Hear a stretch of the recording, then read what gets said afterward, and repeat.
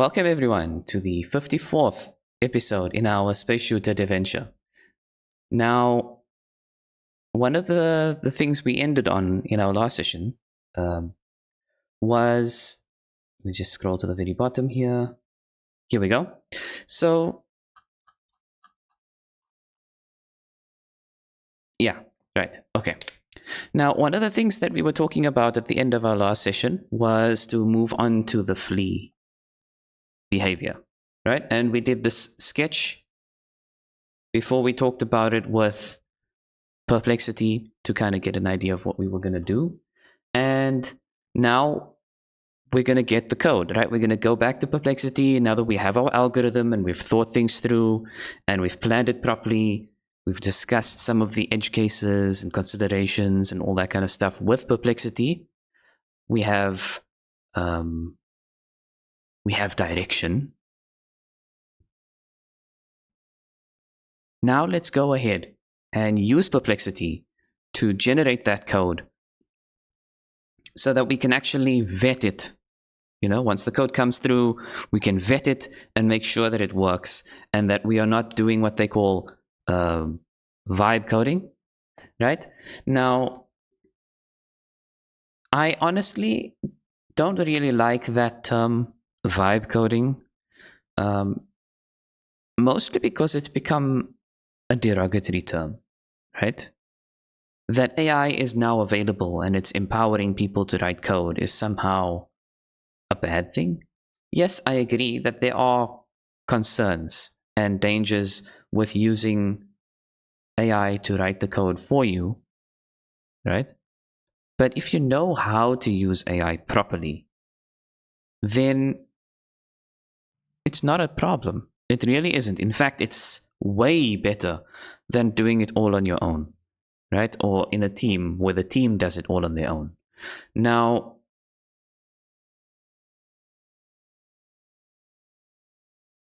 as with everything, it always depends, right? But I've spoken about this before, so I'm not going to go too much into the details about this. You know my stance. My stance is using AI to write your code is fine if and only if you know how. And it's really not hard to know how, right? You don't have to be like me and have a master's in computer science to, in quotes, know how to use AI to write code for you, right? All you need to know is the basics of whatever programming language you're working in, okay? And that's really not hard to do. You can learn the basics quite easily and for free in most cases. And then you just need to know how to program, right? You just need to know how to think about your solution. What exactly is it that I want to do, right?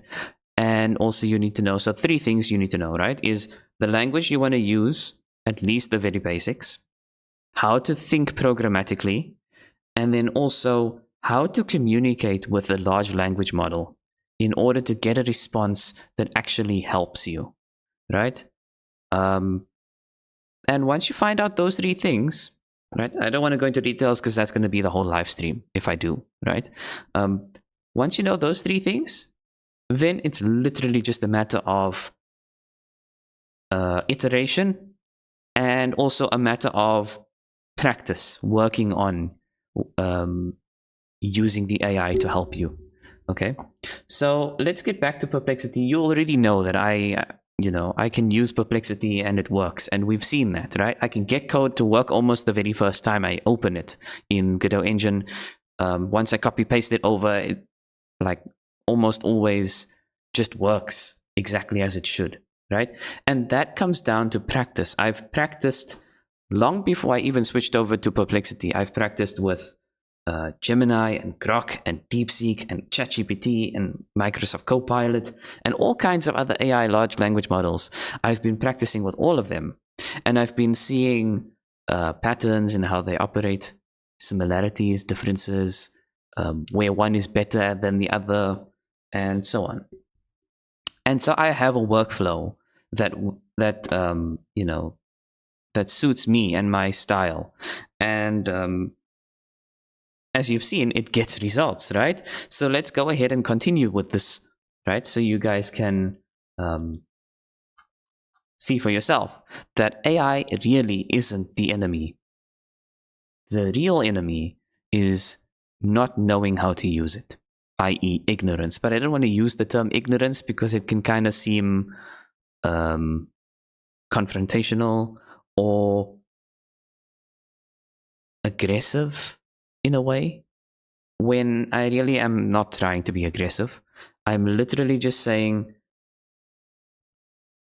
that the problem is addressable. All you have to do is practice and learn, right? And a lot of the time, you could even use the AI to teach you how to use the AI. It's really an interesting time, to be learning this kind of stuff, because the AI can help you learn about itself, which is it's crazy. Anyway, yeah. So okay, all right. It's 2:10 South African Standard Time. Let's try to get this flea behavior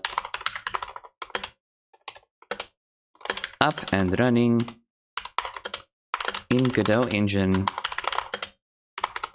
before 3 o'clock. Currently doing my live stream, and I would appreciate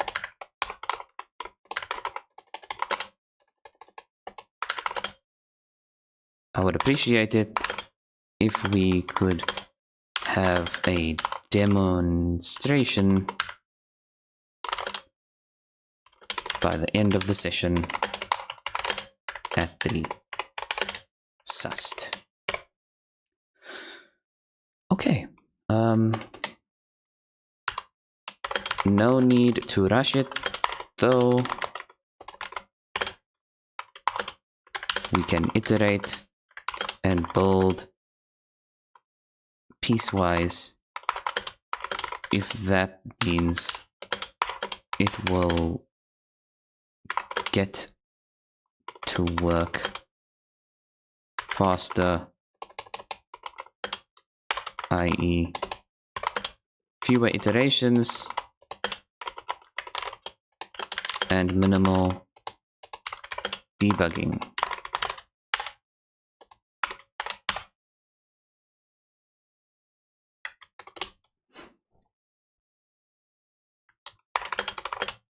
If you think breaking it down and testing is faster in the long run, let's do that. Otherwise, give me the full code and we can get going. Which approach do you think will suit us better?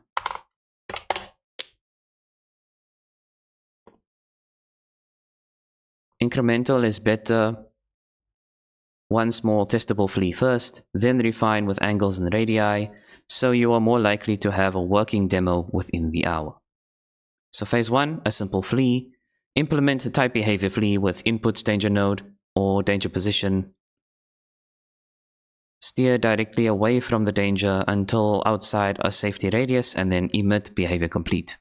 Add it as a child behavior node under the NPC behavior manager. Name it behavior flea so it matches flea in your pattern sequence, and then trigger the existing attack test to confirm. Rival, shoot, and flee, even if flee is a simple runaway for now.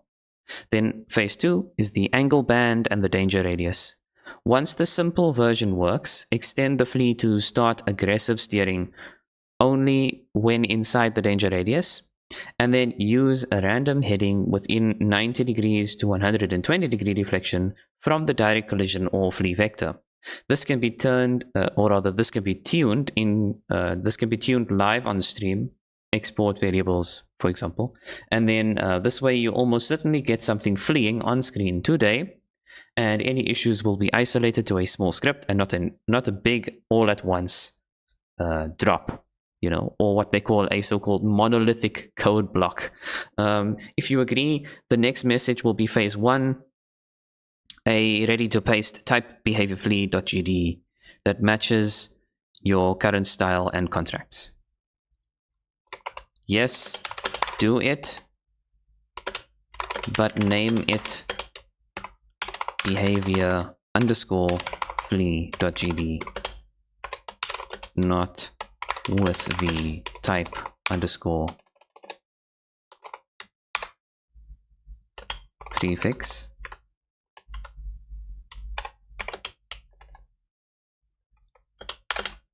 Save that for the class name. Declaration only.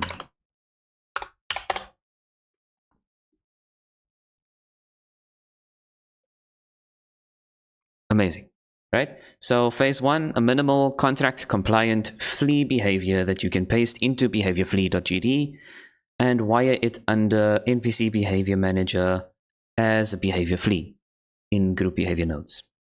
Okay, so that's the full code block for what they call the so-called minimal flee.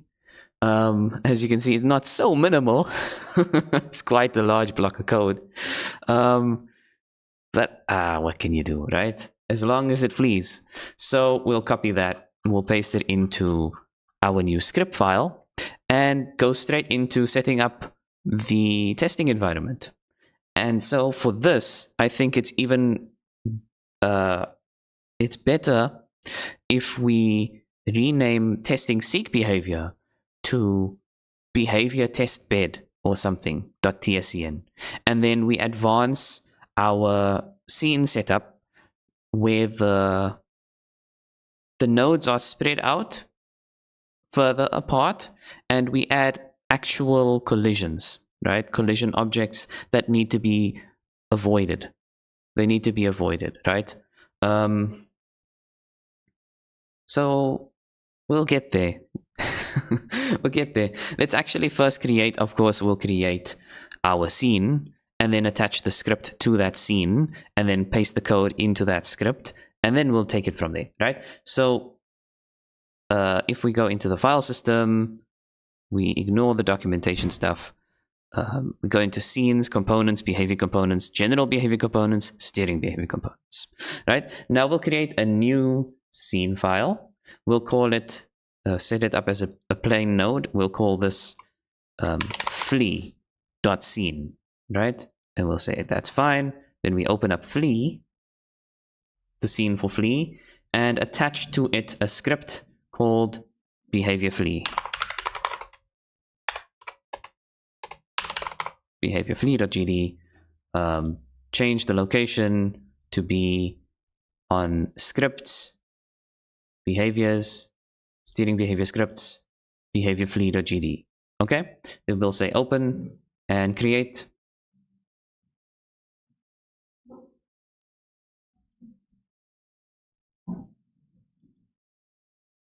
And there it is, behavior flee.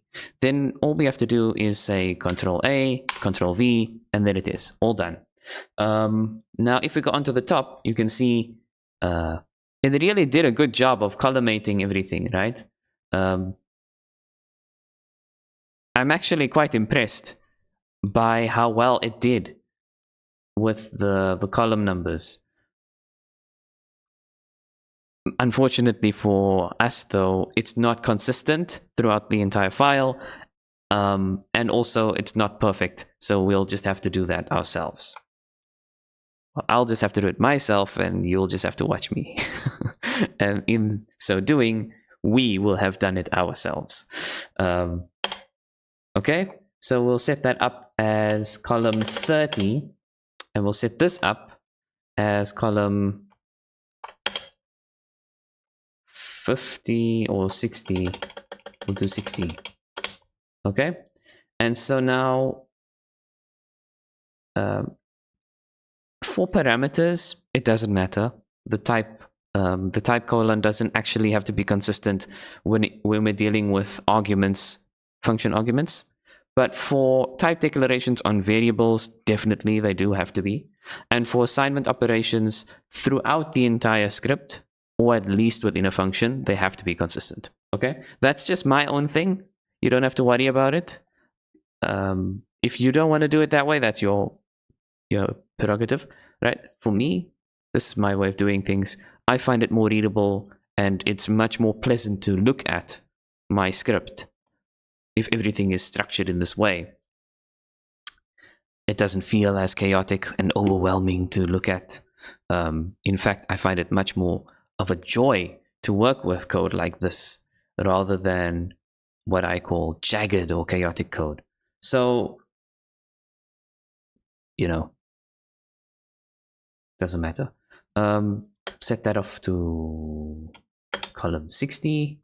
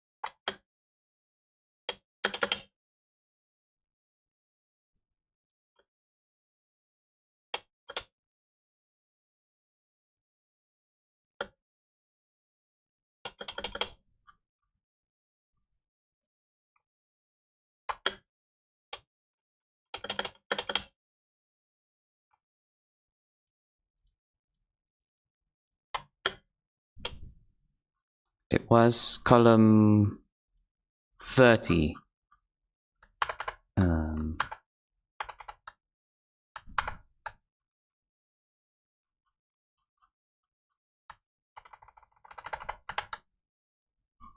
Oh, right. I was pressing the wrong keyboard shortcut. Column 30, and this goes to column 60. Okay. Right, that's important.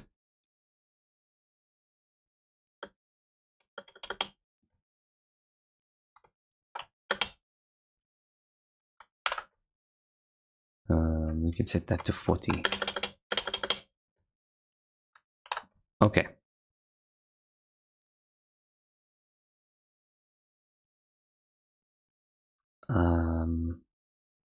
This can go to column 60. And then this one, this one, this one, this one, and this one can all line up with that one, and then they can all go together to 60. Okay. And then 1, 2, 3, all over there. Save it. And now we are done. That's the file. As you can see from the scope indicator or the script profile, or whatever you want to call it, script preview, the format preview, I suppose. The scope and format preview. Let's say that. Why not? Fancy term, but you can see like this. Wouldn't you say that that looks so much neater and tidier and pleasant? It's more pleasant to look at than, the basic jagged code where everything just goes where it's like in the next available slot. Everything is where it's expected to be here, right? Like I expect a type declaration to be here, and there it is. I expect an assignment to be here, and there it is. I expect a whatever to be here, and there it is. It's like it's all in their place. It's nice. But yeah, whatever.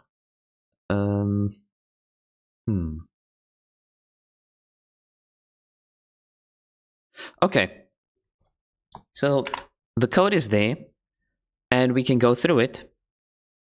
But first, I want to do all the other steps and make sure we've followed all the instructions that Perplexity gave us, or recommended to us. You know, can take on the attitude of, oh, you're not my boss, Perplexity. I'm the one in charge. But it's a team effort, right? I came up with the ideas, and Perplexity is just helping me execute them. So, who's really in charge of who here? I don't think either is in charge of the other. Anyway, I'm gonna go through the wiring steps, then I'm gonna shift it to the other side, and we'll work through them. Okay, so the wiring steps: add behavior_flee.gd to your project and attach it as a child to the npc behavior manager's node, naming that node behavior_flee. We've already created a scene for that, so we can just add that as a node to the npc behavior manager. So that step will be done. We can do that. Add the node to the behavior nodes group. Aha, we need to do that. So the manager discovers it and maps flee to this node. So let's quickly do that. While we are here, click on this, go to node, under groups, add it as a behavior nodes, and then save the scene. Okay, so that step is done. And then ensure the patterns attack is arrival, shoot, and flee, and make sure that it is still set on the enemy ship controller. We have it. We can check it. Let's do it. Enemy ship controller up to the top where patterns is. Here it is. Patterns, dictionary, attack, arrival, shoot, flee. There it is. Okay. And then for our first demo, in test attack pattern, add a danger source into the parameters. For example, using the same waypoint as a stand-in. Why not? Right? So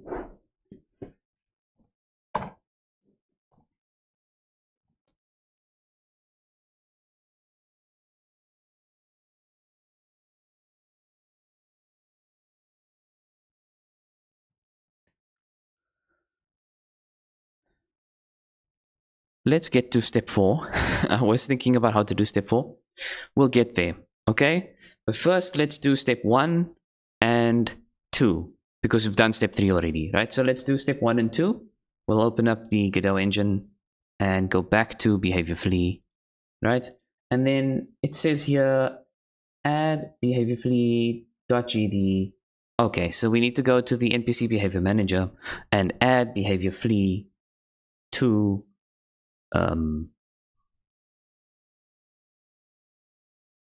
as a child, right? So let's do that. File system, scenes, components, behavior components, steering behaviors, flee, assign as child. Right? Then we just rename this to be behavior flee. Okay, and we can sort this by alphabetic order. So we'll set seek down to be below flee, shoot to be below seek, and now it's in alphabetical order. All right, that's just manual sorting. It's not any sort by alphabetical. I wonder if there's even a way to do that. Can you sort the children according to name? No, you can't. Who cares? It's fine. We'll save that, and step 2 is done. Step 3 is done. We checked it. We made sure that the attack pattern is present in the patterns dictionary and that the sequence is correct. So it's all there. And then step 4, we need to do additional code in the attack pattern. So let's go to the enemy ship controller, down to test attack pattern, and add this in, right? So variable extra parameters. Do you see it? Do we have it? Add a danger source into the parameters in test attack pattern.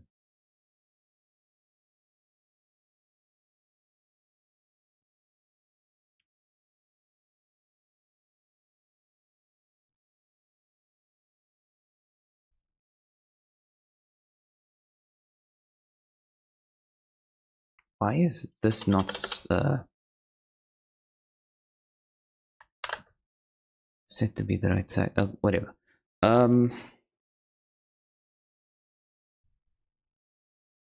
When you trigger test attack pattern, arrival should position you at the sweet spot. Your shoot should run, and then flee should then drive the ship away from the danger position until safety radius is reached.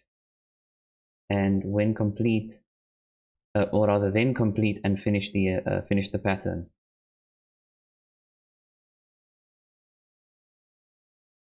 Once this is working on stream, the next iteration can add your danger radius and deflection angle logic on top. So I don't see exactly where to add that parameter dictionary.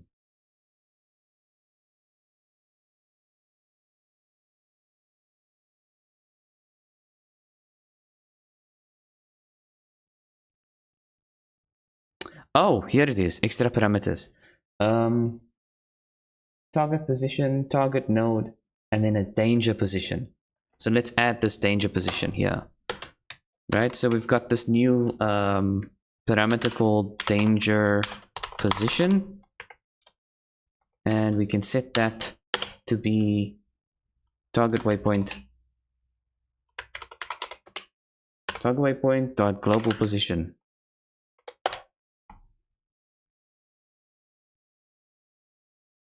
And then we'll add the comment here to say temporary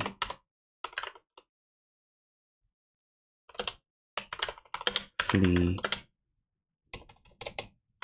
from this. Okay.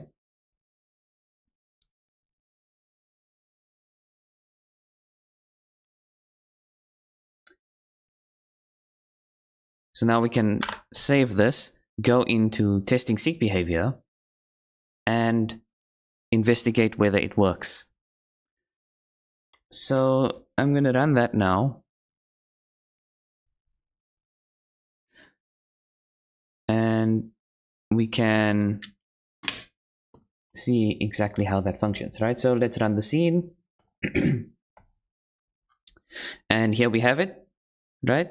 So I can tell it to go for waypoint 1, go ahead and attack it. And in it goes. It's going to slow down, stop, shoot.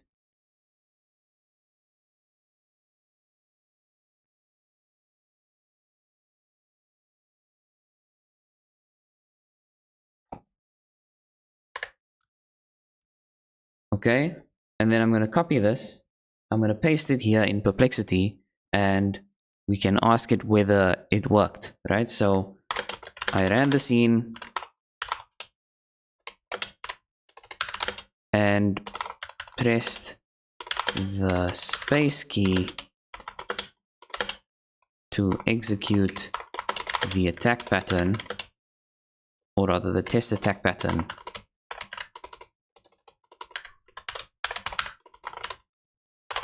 Function. Here is the output from the run.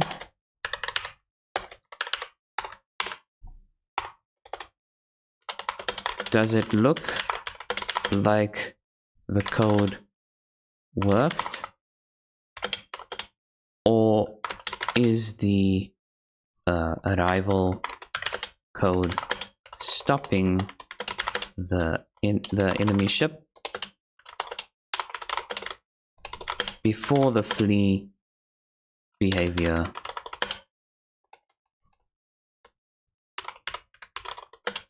kicks in?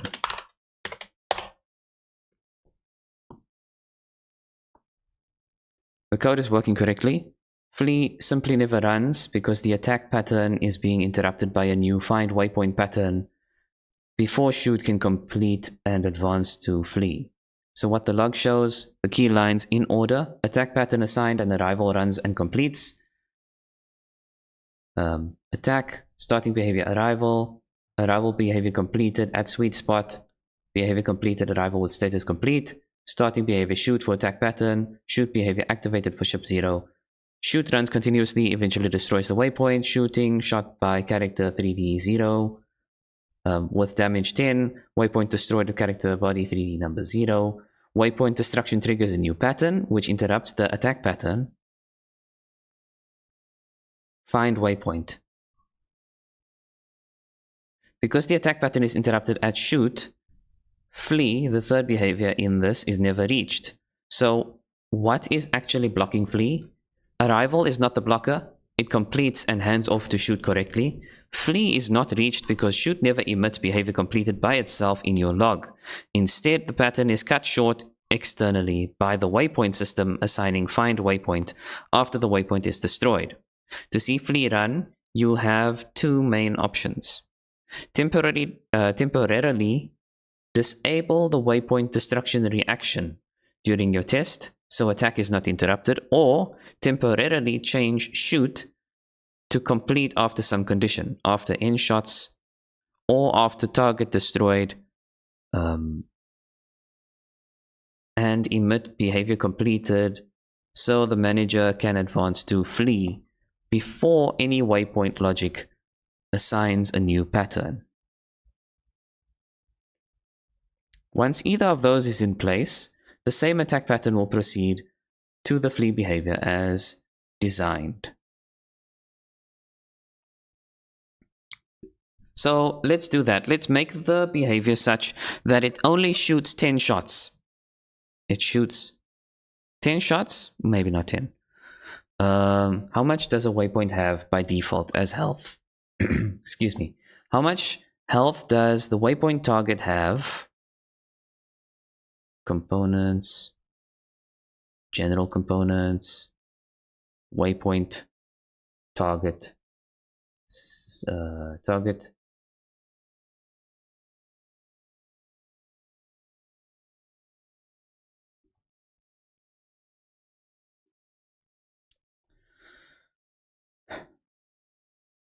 Target has a health, and the health is 100. So it can't shoot 10 shots because each bullet or plasma bolt does 10 damage. So what we can do is make it 50. We'll make it 50, and then it will flee, come back, shoot again, destroy the waypoint, and then find waypoint will kick in as a result, right? So yeah, okay. Let's do the second option where we trigger behavior completed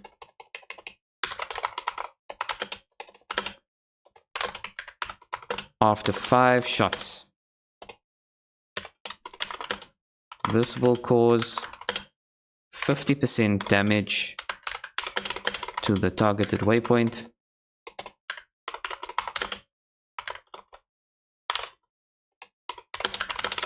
And the attack pattern can cycle once more before the waypoint destruction logic kicks in. What do you think?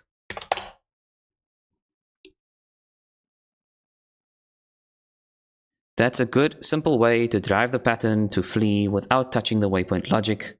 Cap shoot at 5 shots, then emit behavior complete, so the manager advances to flee. Right? You already have shots remaining, shot interval, and shot timer defined. Right now, trigger shot fires every frame when continuous shooting is true with no limit. Update the shooting logic to use a timer to control fire rate. Decrement shots remaining, and when it reaches 0, call complete shooting, completed, shots fired, total. Right? So let's just skip this. Set the initial shot count in activate, near the top of activate, after assigning parameters. Then add this. So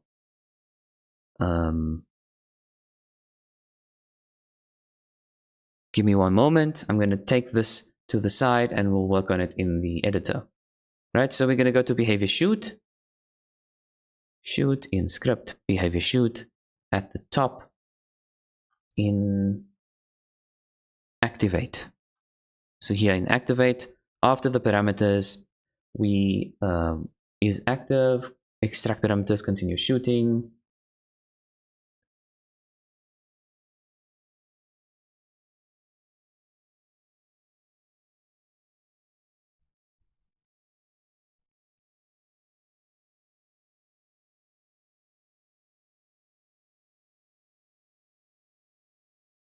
Then there's a shots remaining. So what I can do is I can move this shot timer to be here on top, like this. Nope. There we go. And then I can, before that, I can add in shots remaining, right? So let's copy this.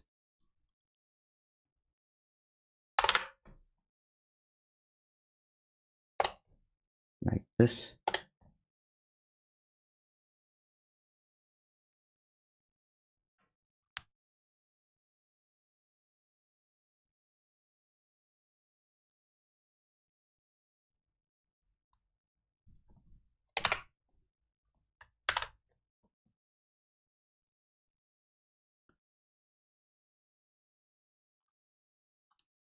Shouldn't we have made these exported variables?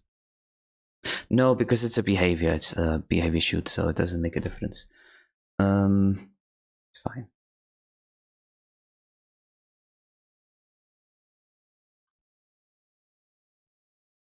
And then the shot timer is still 0.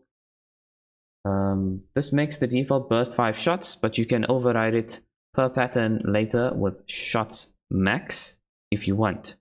Remove the existing shot timer 0 lower down if it's duplicated. So I just moved it up to the top instead of doing that. And then what we can do here, we'll keep that print statement where it is. We can save the code and then go into step 2, right? So here's step 2 for reference. Change process delta to use timer and burst. Replace only the inner shoot part of process with a timer check. So this is the full code. If you guys want to pause and read it. In the meantime, I'm just going to move this over to the side, copy and paste, right?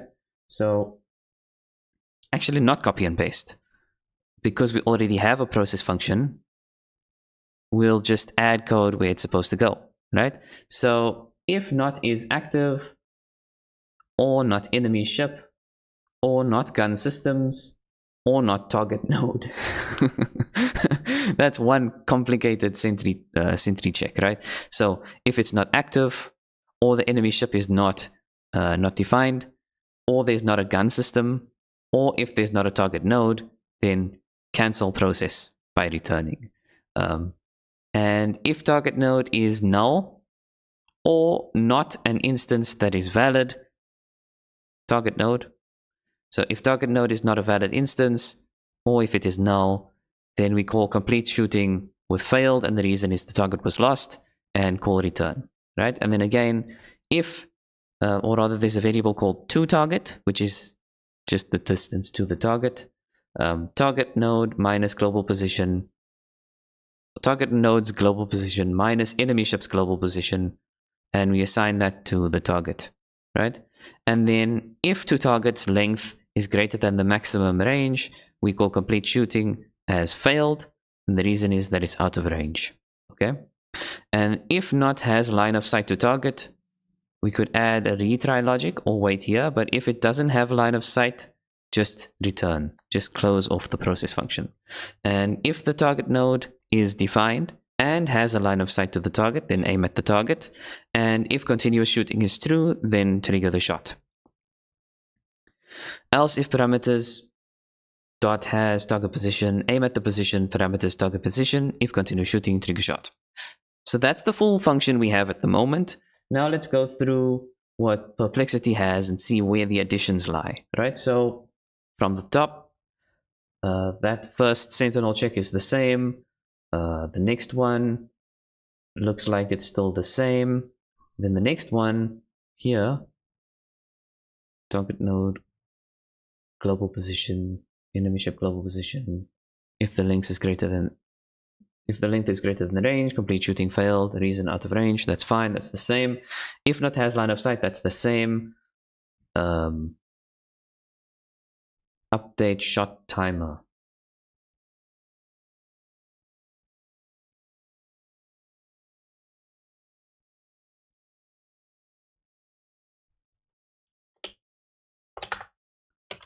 Shot timer plus equals delta. And the assignment is at 50, so this goes to 49. Okay. Shot timer is delta. We increment delta. Increment shot timer with delta. And then if target node and has line of sight, aim at target. And then if continuous shooting and timer is greater than or equal to the shot interval. So this here we have to modify.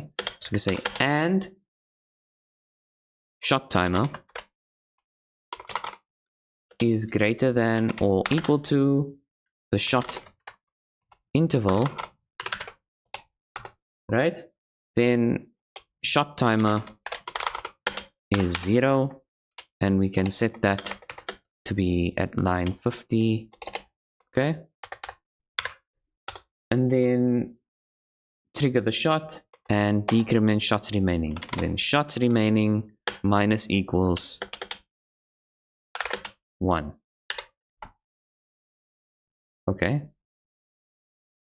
Then after that, we still have to do an if statement. So if shots remaining is less than or equal to 0, do the following. We call complete shooting. Status completed, and a dictionary for the reason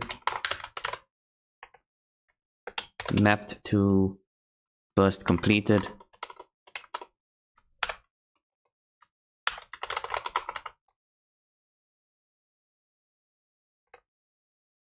And then shots fired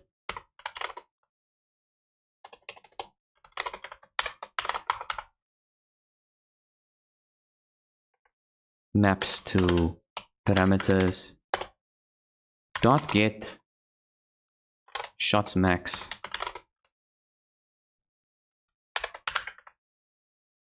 and 5.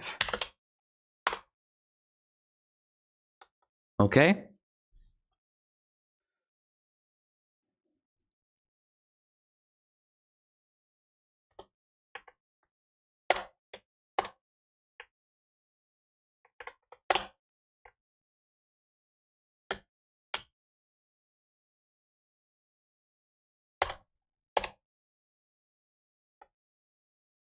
So that's the end of complete shooting. And then after complete shooting, we call return.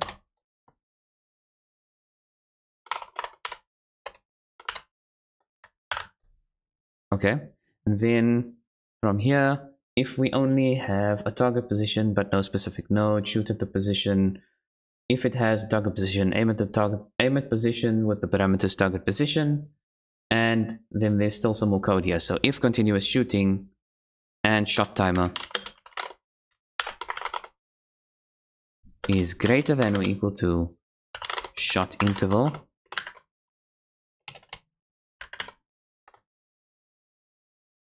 then shot timer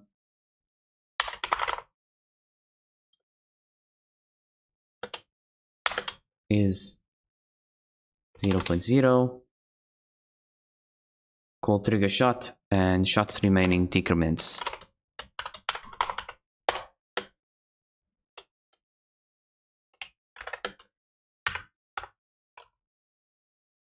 Right, and then here we say if shots remaining is less than or equal to 0, we basically do the same thing, right? So complete shooting, first complete, shots fired, shots max, this whole thing, and return. Same thing.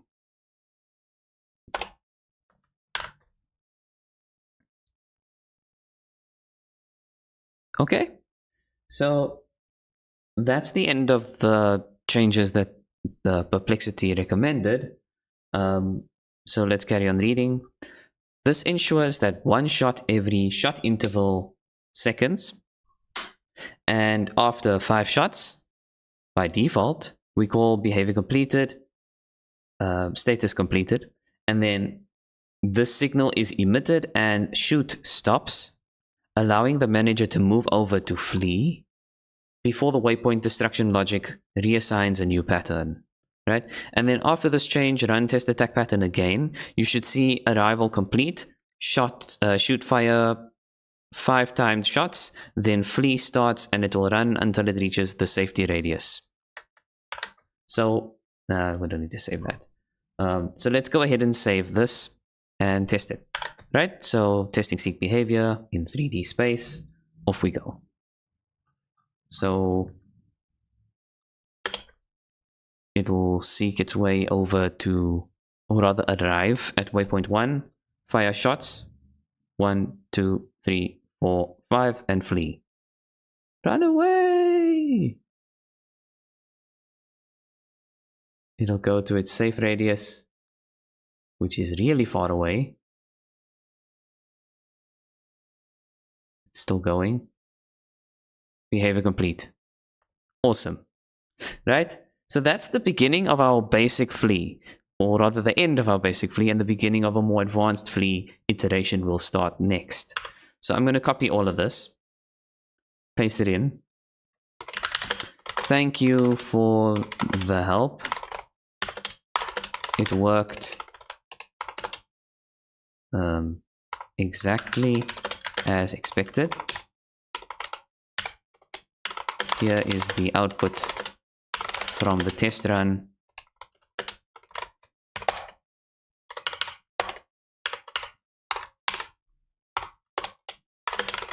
I think we are ready to advance this behavior.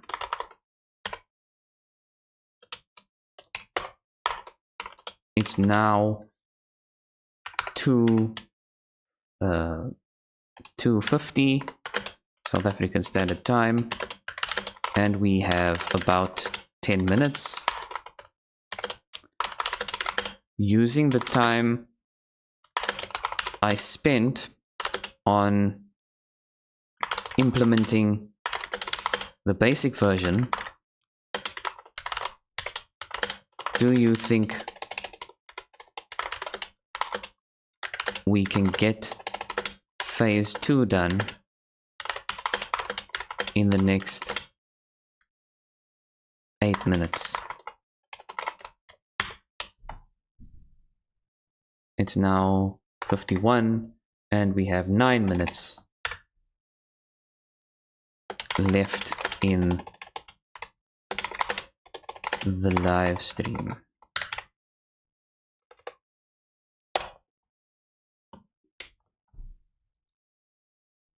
Yes, phase 2 is small enough that you can get a first version in 8 to 9 minutes. You only need to add danger radius checks and replace the straightaway vector with a deflected flee direction. What to change conceptually? In behavior flee, add a danger radius and angle band exports. Add these export variables, and then in process data we do this and use the deflected flee, concrete patch, minimal edits, in behavior flee.gd. At the top where you define exports, add this, leave safety radius and flee speed as they are, just insert danger radius and angle variables, and then in process replace this part with this part, and finally add this helper function to the bottom of the script, and this will keep your existing safety radius completion behavior, make the ship flee roughly sideways away from the danger within the 90 to 120 band you described, and then you can tweak danger radius and safety radius and the deflection angles live in the inspector during the stream. Okay, so I'm going to move this over to the other screen and we'll get started. Hopefully we can get it all done as DeepSeek expects. But, you know, it always takes a little bit longer than expected. So we might not finish this. If we don't, I'll finish it after I close the stream and we'll start with something new by the next stream. Okay? But I'm going to try my best to blitz through this. So we'll go to script. We are in behavior shoot. No, we are in behavior flee. Okay? So at the top of behavior flee, we add an exported variable danger radius at export variable danger radius, and we'll call that a float. Okay, we'll set that to be at position 40.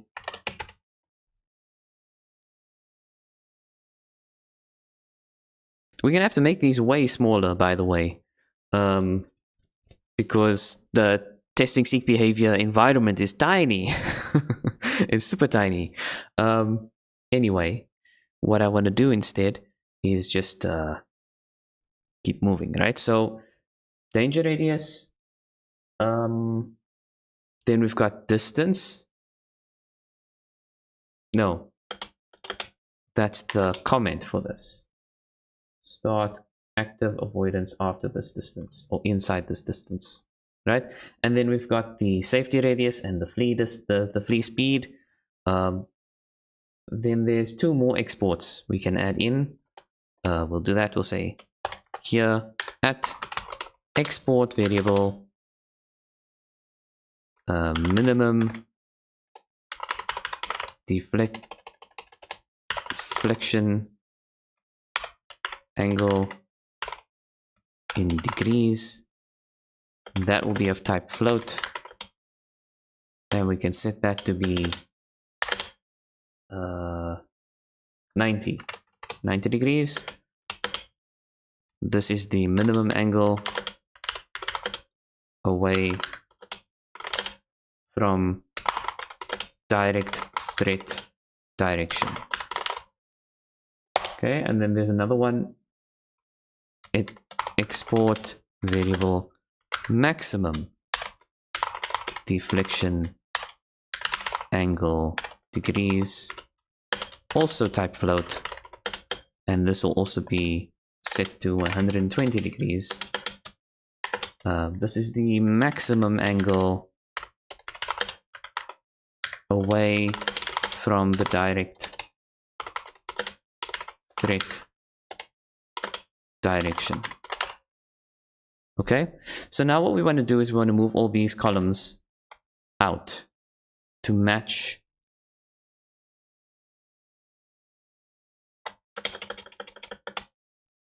this one. We move all these out to be at point 40 instead of 30, and then we'll bring these back in towards 60 again.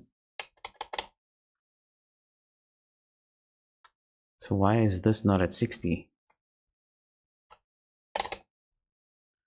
Okay, so we save that. And then any other type declarations we shift out to 40.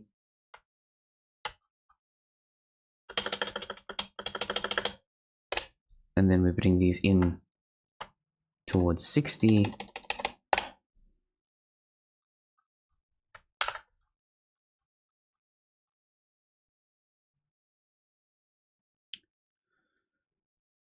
Okay, and then we leave the safety radius and flee speed as they are, just insert danger radius and the angle variables. And then in the process function over here, replace the last part. If we are already safely away, complete, then change this with this instead. So we'll just paste this here instead. Compute deflected flee direction not found in base itself. Oh, right, then we need to define this function. So copy this and put it at the bottom So 1, 2, 3, 4, paste. Right, and then save that. You know what I find really interesting is how Perplexity actually managed to map my style. Mostly, it knows that I separate functions by 3 lines, and it knows that I like to column, to have column the code, and so on, which is really cool. It just doesn't collimate the code for me. That's fine. So we'll just do that manually. All at line 14.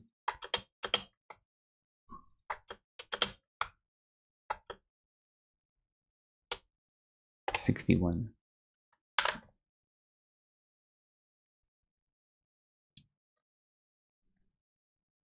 I really don't like rot as a name for a variable, so I want to call that rotation instead. It's super lazy to call it rot, and it also doesn't sound good. So rotation.xform. I mean, it's just a few letters. Yeah, that's fine. This will keep keep your existing safety radius completion behavior and make the ship flee roughly sideways away. Okay, so that should be it. And now we can go to testing seek behavior and run the code. So it should go towards the target, shoot 5 shots. 1, 2, 3, 4, 5. Oh, hello. Non-existent function xform in basis.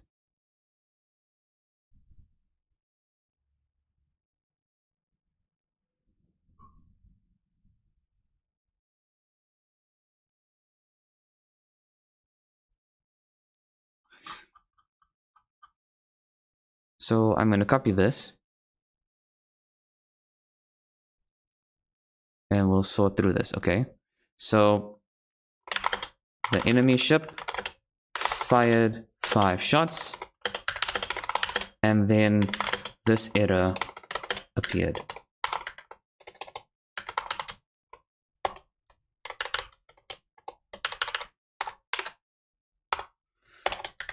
Any ideas about why? Here's the full code.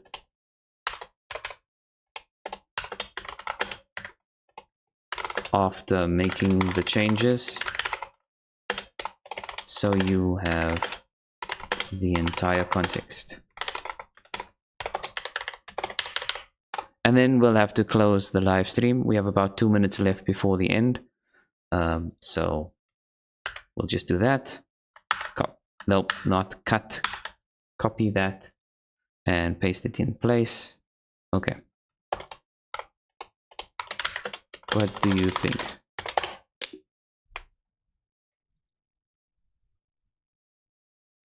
Basis in Godot 4 no longer has xform. The correct method is rotated vector or multiplying by a vector 3. Fix the error, update the last part, compute deflected flee direction. Alternatively, you could write variable deflected is rotation plus direct flee direction dot normalized, but rotated vector is clearer. With that change, the flee behavior should run without the non-existent function xform in basis, and still honor your 90 to 120 degree deflection band. Okay, so this should be the only change we do. And I can go back to the engine and change it. Save the code. And then stop and rerun the code. And hopefully it should work, right? So it's going to fire the 5 shots.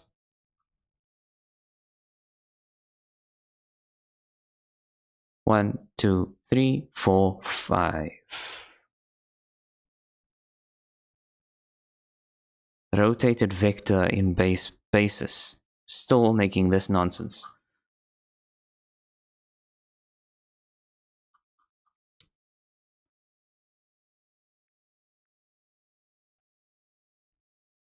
Rotated vector. Let's try the second one, the alternative. It said you could just do deflected is this instead. So we'll just do that. Save it and rerun it. So in the meantime, I'm going to say thank you very much to Cubes. He's our junior DevVenturer.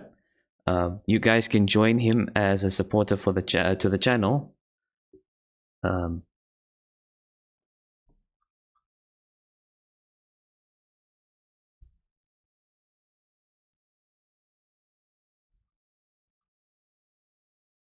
So it's fleeing, just not very nicely.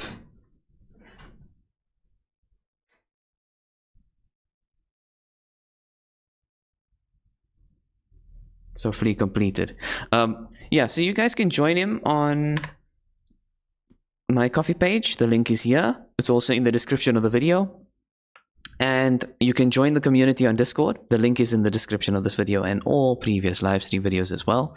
Also, you are welcome to watch the live streams even though they are no longer live, right? They still work the same way and you can still benefit from them. If you missed them, go back, watch them. They're still just as valuable as if they were live. The only disadvantage to watching it not live is that you can't chat with me as I'm doing the recording. But you are still able to put chats, chat messages underneath the live stream video after it's gone live and no longer is live. And it will just count as an ordinary chat to an ordinary video, right? So please do go back and watch the live streams in the playlist if you want to see the entire sequence of how we got to where we are and how we are moving forward and all that. I encourage it. I encourage you to go back and watch those videos, and I also encourage you to engage with my content by liking, subscribing, chatting, sharing with as many people as you can. As you can find who are interested in this kind of thing. Your help and support with growing the channel and the brand is very much appreciated. And so at the end of it all, thank you so much for your time and for your attention, and I'll see you in the next live stream.